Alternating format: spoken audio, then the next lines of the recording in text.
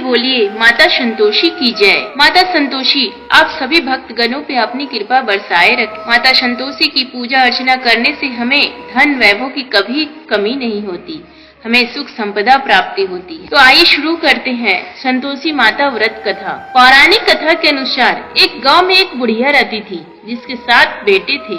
6 बेटे कमाने वाले थे और एक बेटा निकम्मा था। बुढ़िया माँ 6 पुत्रों का जूठा 7वें पुत्र को देती। 7वां पुत्र एक दिन अपनी पत्नी से बोला, देखो मेरी माता का मुझ पर कितना प्रेम है। वह बोली, क्यों नहीं, सबका जूठा बचा हुआ तुमको खिलाती है। वह बोला, जब तक आंखों से ना देखें मान नहीं सकता। पत्नी ने हंसकर कहा, देख लोगे तब तो मानोगे। कुछ दिन बाद एक बड़ा त्योहार आया। घर में 7 प्रकार के भोजन और चूरमा के लड्डू बने। वह पत्नी की बात को जांचने के लिए सिर दर्द का बहाना बनाकर पतला कपड़ा सिर पर ओढ़कर रसोई में जाकर सो गया और कपड़े में से सब देखता रहा। 6 भाई भोजन करने आए। उसने देखा माँ ने उनके लिए सुंदर सुंदर आसन बिछाए, 7 प्रकार की रसोई परोसी और आग्रह करके उन्हें भोजन कराती रही। वह देखता रहा। 6 भाई भोजन कर उठ गए। तब माँ ने उनकी 5 थालियों में से लड्डुओं के टुकड़ों को उठाया और एक लड्डू बनाया। जूठन साफ कर माँ ने उसे पुकारा, उठ बेटा उठ, तेरे भाइयों ने भोजन कर लिया, तू भी उठकर भोजन कर ले। उसने कहा, माँ मुझे भोजन नहीं करना, मैं परदेश जा रहा हूँ। माता ने कहा, कल जाना हो तो आज ही जा। वह बोला, हाँ हाँ जा रहा हूँ। यह कहकर वह घर से निकल गया। चलते समय उसे पत्नी की याद आई। वह गौशाला में कंडे थाप रही थी। वहां जाकर वह बोला, मेरे पास तो कुछ नहीं है, यह अंगूठी है सो ले लो और अपनी कोई निशानी मुझे दे दो। वह बोली, मेरे पास क्या है, यह गोबर भरा हाथ है। यह कहकर पत्नी ने उसकी पीठ पर गोबर के हाथ की थाप मार दी। वहाँ एक साहूकार की दुकान थी। वहाँ जाकर बोला, सेठ जी मुझे नौकरी पर रख लो। साहूकार को नौकर की सख्त जरूरत थी। साहूकार ने कहा, काम देखकर तनख्वाह मिलेगी। उसने कहा, सेठ जी जैसा आप ठीक समझे। उसे साहूकार के यहाँ नौकरी मिल गई। वह वहाँ दिन रात काम करने लगा।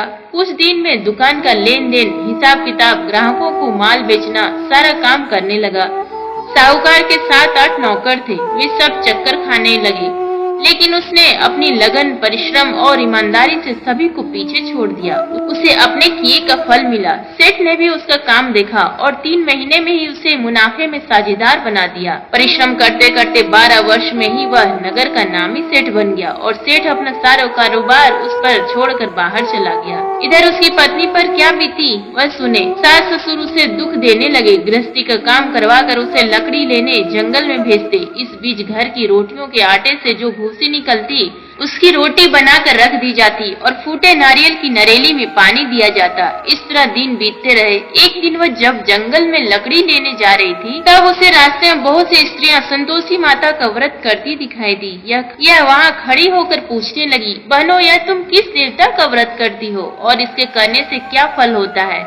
इस व्रत के करने की क्या विधि है? यदि तुम अपने इस व्रत का विधान मुझे समझा कर कहोगी तो मैं तुम्हारा बड़ा एहसान मानूंगी।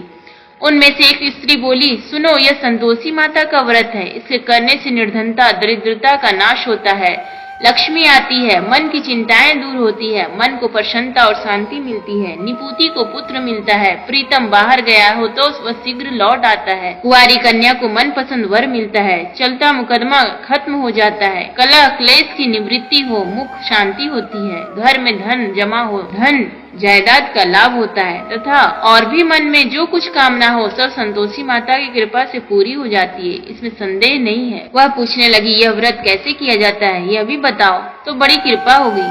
वह स्त्री कहने लगी, बिना परेशानी, श्रद्धा और प्रेम से जितना भी बन सके प्रसाद लेना, 5.25 पैसे से 5.25 आने तक तथा इससे भी ज्यादा शक्ति और भक्ति के अनुसार गुड़ और चना ले। हर शुक्रवार को निराहार रहकर कथा कहना सुनना। इसके ओम बीच कम नहीं फूटे। लगातार नियम पालन के करना। सुनने वाला कोई ना मिले तो घी का दीपक जलाकर उसके आगे जल के पात्र को रख कथा कहना, परंतु नियम ना टूटे। जब तक कार्य सिद्ध ना हो नियम पालन करना और कार्य सिद्ध हो जाने पर व्रत का उद्यापन करना।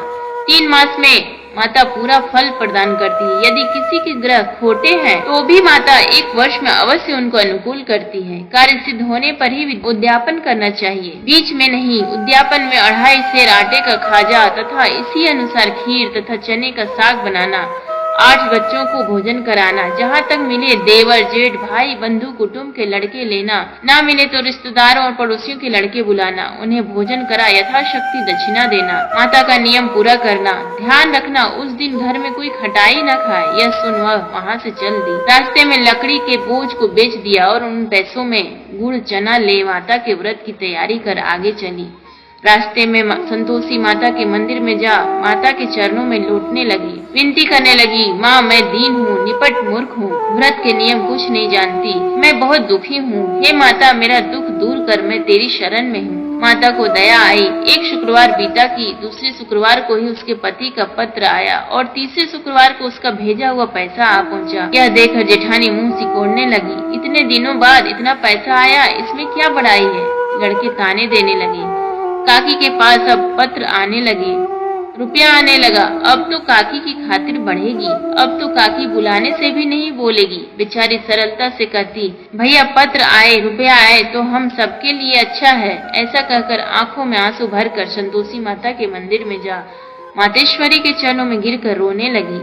माँ मैंने तुमसे पैसा नहीं मांगा, मुझे पैसे से क्या काम, मुझे तो अपने सुहाग से काम है, मैं तो अपने स्वामी के दर्शन और सेवा मांगती हूँ। तब माता ने प्रसन्न होकर कहा, जा बेटी तेरा स्वामी जल्द ही आएगा। यह सुन खुशी से बावली हो वह घर आकर काम करने लगी। संतोषी माँ विचार करने लगी, इस भोली पुत्री से मैंने कह तो दिया कि तेरा पति शीघ्र आएगा, पर आएगा कहाँ से, वह तो इसे स्वप्न में भी नहीं याद करता, इसे इसकी याद दिलाने तो मुझे ही जाना पड़ेगा। संतोषी माता ने उस बुढ़िया के बेटे को स्वप्न में समझाया, पुत्र तेरी घरवाली कष्ट उठाकर पूछ रही है। यह बोला, हाँ माता यह तो मुझे भी मालूम है, परंतु क्या करूँ, वहाँ कैसे जाऊँ, परदेश की बात है, लेन देन का सारा हिसाब किताब है, कोई जाने का रास्ता नजर नहीं आता, आप ही कोई राह दिखाएं कि वहाँ कैसे जाऊं। माँ कहने लगी, सवेरे नहा धोकर संतोषी माता का नाम ले, घी का दीपक जला, दंडवत कर और दुकान पर जा बैठना। देखते देखते तेरा लेन देन चुक जाएगा, जमा माल बिक जाएगा, सांझ होते होते धन का ढेर लग जाएगा। वह अगले दिन सुबह बहुत जल्दी उठा। उसने अपने मित्र बंधुओं परिचितों से स्वप्न माता द्वारा कही गई बात कही सुनाई। वे सब उसकी बात सुनकर उसकी खिल्ली उड़ाने लगे। वे कहने लगे कि कहीं अभी सपने की बात भी सच होती है। एक बूढ़ा व्यक्ति बहुत समझदार था। वह बोला, देखो भाई मेरी बात मानो, इस तरह सांच या झूठ कहने के बदले देवता ने जैसा कहा है वैसा ही करना, तेरा क्या जाता है। बूढ़े की बात मानकर नहा धोकर उसने संतोषी माता को प्रणाम किया, फिर घी का दीपक जलाकर दुकान पर जा बैठा। शाम तक धन का ढेर लग गया। वह हैरान हुआ, मन में संतोषी माता का नाम ले प्रसन्न हो घर जाने के वास्ते गहना कपड़ा व सामान खरीदने लगा। सब काम से निपट अपने घर को रवाना हुआ। उधर उसको पत्नी जंगल में लकड़ी लेने गई। लौटते वक्त थक जाने के कारण संतोषी माता के मंदिर पर विश्राम करने बैठ गई। यह तो उसका रोज रुकने का स्थान था। धूल उड़ती देख उसने माता से पूछा, हे माता यह धूल कैसे उड़ रही है। माँ ने कहा, हे पुत्री तेरा पति आ रहा है, अब तू ऐसा कर, लकड़ियों के 3 बोझ बना, एक नदी के किनारे रख, दूसरा मेरे मंदिर पर और तीसरा अपने सिर पर रख। तेरे पति को लकड़ी का गड्ढा देखकर मोह पैदा होगा, यह वहाँ रुकेगा, नाश्ता पानी बना खाकर माँ से मिलने जाएगा। तू लकड़ी का बोझ उठा कर जाना और बीच चौक में गड्ढा डालकर 3 आवाजें जोर से लगाना, लो सासू जी लकड़ियों का गड्ढा लो, भूसी को रोटी दो, नारियल के खोपरे में पानी दो, आज कौन मेहमान आया है। संतोषी माँ की बात सुनकर वह बहुत अच्छा माँ कहकर प्रसन्न मन से लकड़ियों के 3 बोझ बना लाई। एक नदी के तट पर, दूसरा माता के मंदिर पर रखा। इतने में ही मुसाफिर वहाँ आ पहुँचा। सूखी लकड़ी देखकर उसको इच्छा हुई कि अब यहीं विश्राम कर ले और भोजन बनाकर खा पी कर गाँव चले। इस प्रकार भोजन कर विश्राम कर वह अपने गाँव में आ गया। उसी समय बहू सिर पर लकड़ी का गट्ठा लिए आई। उसने गट्ठा को आंगन में डाल जोर से 3 आवाजें दी, लो सासू जी लकड़ी का गट्ठा लो, भूसी की रोटी दो, नारियल के खोपर में पानी दो, आज कौन मेहमान आया है। यह सुनकर सास ने अपने दिए हुए कष्टों को भुलाने के लिए कहा, बहू तू ऐसा क्यों कहती है, तेरा मालिक ही तो आया है,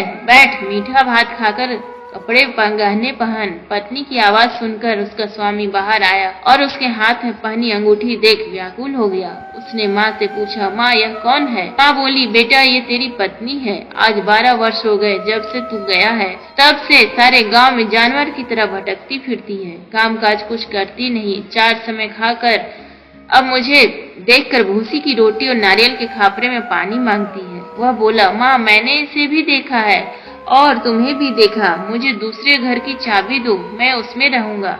ठीक है बेटा, जैसी तेरी मर्जी, कहकर माँ ने चाबी का गुच्छा बेटे के सामने रख दिया। उसने दूसरे घर को खोलकर सारा सामान जमाया। एक ही दिन में वहाँ राजा के महल जैसा ठाट बाट बन गया।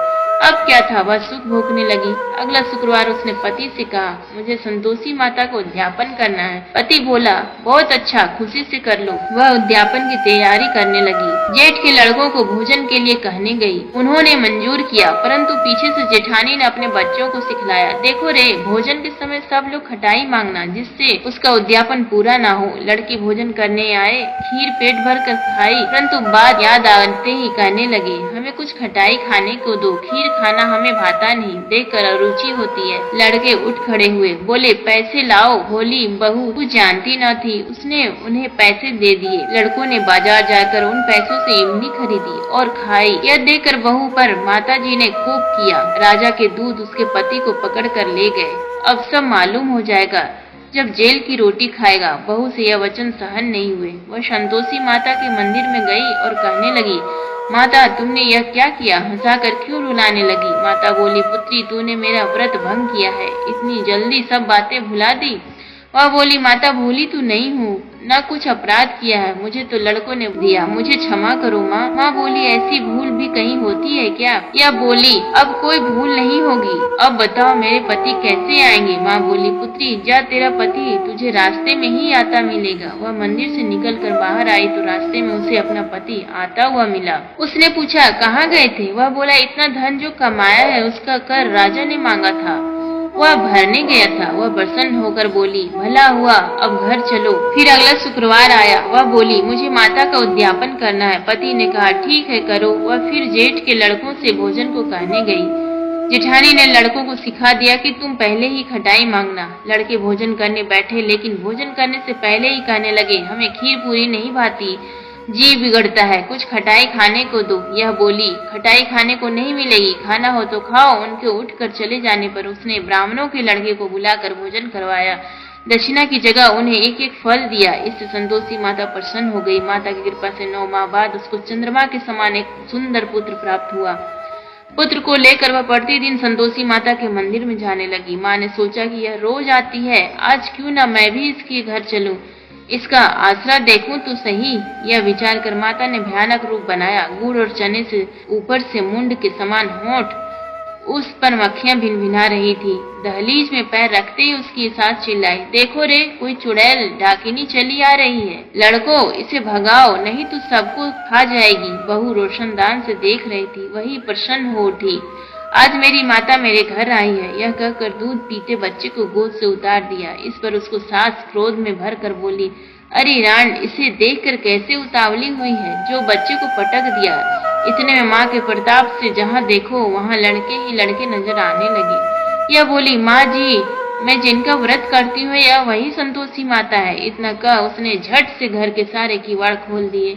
सबने माता के चरण पकड़ लिए और विनती कर कहने लगे, हे माता, हम मूर्ख हैं, अज्ञानी हैं, तुम्हारे व्रत की विधि हम नहीं जानते, तुम्हारा व्रत भंग कर हमने बड़ा अपराध किया है। हे माता, आप हमारे अपराधों को क्षमा करो। इस प्रकार बार बार कहने पर संतोषी माता प्रसन्न हुई। इसके बाद उसकी सास कहने लगी, हे संतोषी माता, आपने बहू को जैसा फल दिया वैसा सबको देना।